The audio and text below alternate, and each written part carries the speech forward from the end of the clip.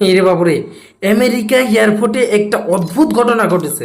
এই যে স্ক্রিনে যে মহিলাকে দেখতে পাচ্ছেন, এই মহিলা আমেরিকার একটা এয়ারপোর্টে ইমিগ্রেশন পুলিশ তাকে আটকাইছে। আটকানোর পরে তাকে জিজ্ঞাসা করা হয়েছে যে আপনি কোন দেশ থেকে এসেছেন। সে এমন একটা দেশের নাম বলেছে যে সে দেশের কোনো অস্তিত্বই এই পৃথিবীতে নেই। টরেঞ্জো একটা দেশের নাম সে বলেছে, তার পাসপোর্টটাও দেখেছে আসলেই টরেঞ্জোর পাসপোর্ট। অন্য অন্য দেশে সে ভ্রমণ করেছে, সেখানেও তার সিল মারা রয়েছে। অথচ যেসব দেশে ভ্রমণ করেছে সেই সব দেশগুলো এই পৃথিবীর মানচিত্রের মধ্যে নাই।